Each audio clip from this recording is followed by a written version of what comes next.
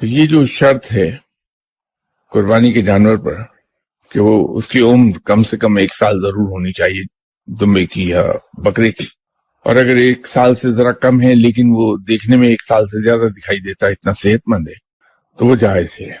उसके पीछे वजह ये है कि अभी जो नई रिसर्च है वो ये है कि जो बकरे, दुम्बे या भेड़, जब तक कि ये 1 साल के नहीं होते, इनके जिस्म में एक मखसूस किस्म का बैक्टीरिया होता है जो इंसानी सेहत के लिए बहुत नुकसानदेह है। यूरोप में और अमेरिका में मुझे एक तजर्बा हुआ कि वहां मुसलमान फैमिलीज जो बस रही हैं, हलाल मीट की शॉप्स हैं, वो जाते हैं और लैम्ब मांगते हैं।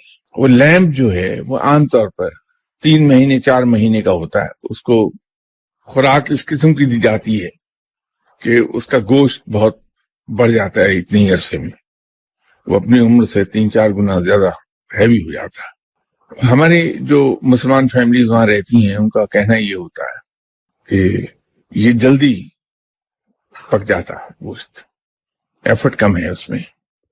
वो पकता ही इसलिए है कि पूरी तरह मैच्योर नहीं हुआ होता।